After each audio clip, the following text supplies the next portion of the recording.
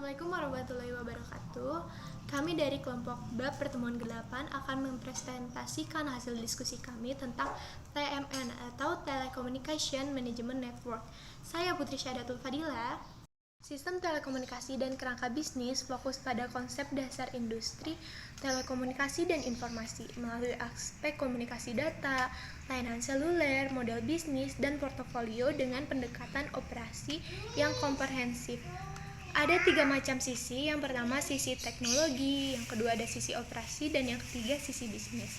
Mengapa harus memberikan nilai? Karena adanya infrastruktur, produk, dan strategi seperti jasa, yaitu ada proses konsumsi dan proses produksi yang saling berinteraksi berkelanjutan. Nilai untuk pelanggan di telekomunikasi ada 2. Yang pertama ada jasa. Yang pertama mudah digunakan, dikonfigurasi dan fleksibel. Yang kedua memberikan ketersediaan sistem maksimum. Yang ketiga mengoptimalkan jaringan multi layanan, keandalan dan kapasitas. Selanjutnya ada nilai jaringan. Yang pertama memenuhi kebutuhan manajemen, yang kedua masalah jaringan akan cepat diidentifikasi dan diperbaiki. Yang ketiga resolusi kesalahan proaktif, yang keempat mengelola jaringan yang kompleks yang terdiri dari beragam teknologi. Yang kelima dapat diukur beberapa hingga ribuan elemen jaringan.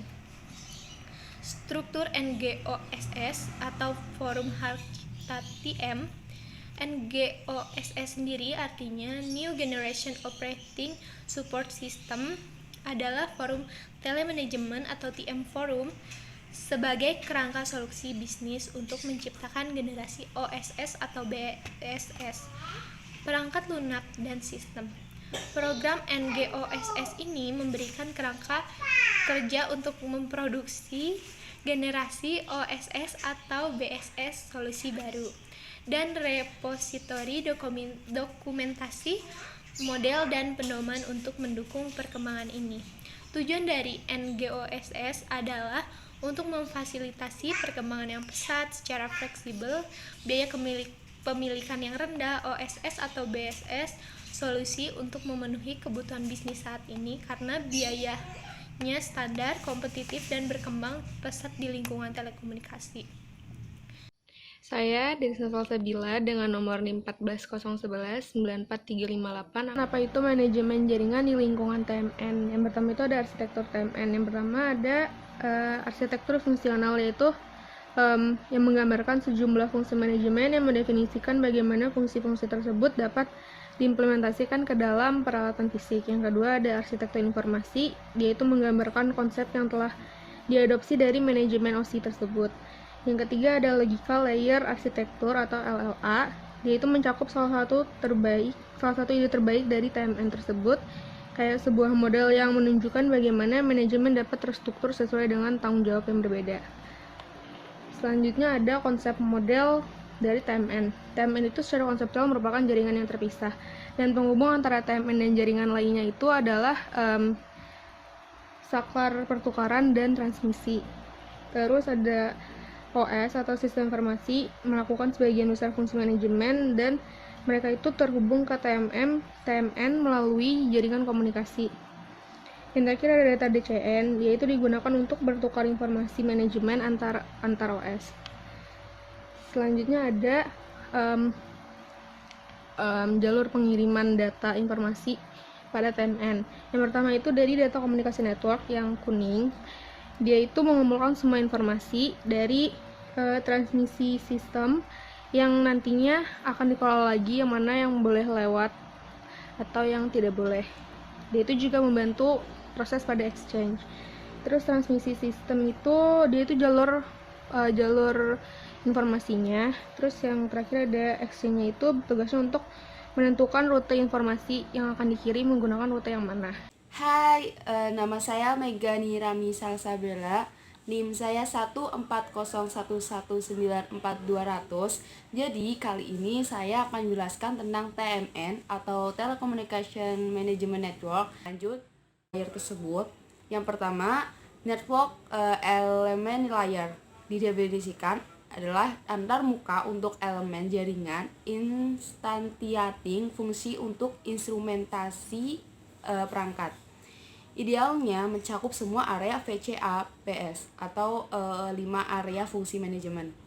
Nah, kedua, elemen manajemen layer atau EML menyediakan fungsi manajemen untuk elemen jaringan secara individual atau grup. Ini juga mendukung abstraksi dari fungsi-fungsi yang disediakan oleh lapisan elemen jaringan. Contohnya termasuk menentukan kesalahan peralatan, mengukur suhu perangkat, mengumpulkan data statistik untuk keperluan akuntansi, dan mencatat pemberitahuan acara dan statistika kinerja. Dan yang ketiga, saya akan menjelaskan tentang NML atau Network Management Layer. Jadi di mana NML itu menawarkan pandangan holistik dari jaringan antara beberapa peralatan dan tidak tergantung pada jenis perangkat dan vendor. Ia mengelola jaringan yang didukung oleh lapisan manajemen elemen, contohnya termasuk laporan pemanfaatan jaringan end-to-end, analisis penyebab utama, dan rekayasa lalu lintas. Dan selanjutnya aku akan menjelaskan 5 layar berikutnya. Yang keempat, lapisan manajemen layanan atau MSL, prihatin dengan dan bertanggung jawab atas aspek-aspek kontraktual dari layanan yang diberikan kepada pelanggan. Kelima, yang terakhir adalah Business Management Layer atau BML, bertanggung jawab atas total perusahaan. Jadi ada 5 nih area fungsional manajemen. Yang pertama, manajemen kesalahan itu mendeteksi, mengisolasi, memberitahukan, dan memperbaiki kesalahan yang ditemukan dalam jaringan. Nah, yang kedua adalah manajemen konfigurasi, mengkonfigurasi aspek perangkat jaringan seperti manajemen file konfigurasi, manajemen inventaris, dan manajemen perangkat lunak. Dan yang ketiga adalah manajemen akuntansi, di mana kumpulan informasi penggunaan sumber daya jaringan. Nah, yang keempat, manajemen kinerja, memantau dan mengukur berbagai aspek kinerja sebagai kinerja keseluruhan dapat dipertahankan pada tingkat yang ditentukan. Nah, yang terakhir adalah manajemen keamanan, di mana manajemen keamanan itu mengamankan akses ke perangkat jaringan, sumber daya jaringan, dan layanan kepada individu yang berwenang. Hai, nama saya Nuraini. Saya akan menjelaskan tentang manajemen layers. Jadi di manajemen layers itu ada 4 layers, yaitu business management layers, service management layers, network management layers, sama network element layer. Pertama, saya akan menjelaskan tentang network element layers. Network element layer ini memproses data normal, oke? Terus melewati data sensitif waktu yang tidak diproses untuk memproses data normal. Kedua, ada network management layers. Network management layers ini mengelola lebih dari satu elemen jaringan. Kedua, tertarik pada tindakan yang mempengaruhi jaringan elemen. Ketiga, lakukan tindakan untuk menghubungkan beberapa elemen jaringan untuk menyediakan sirkuit di antara 2 titik. Ketiga, ada service management layers. Di service management layers ini ada pertama, melakukan tindakan yang dimulai pada lapisan sebelumnya. Terus kedua, mempertahankan kualitas layanan dan kontrak layanan. Keempat, ada business management layers. Di sini memenuhi tujuan bisnis, memaksimalkan pemanfaatan kapasitas pembawa lalu lintas jaringan.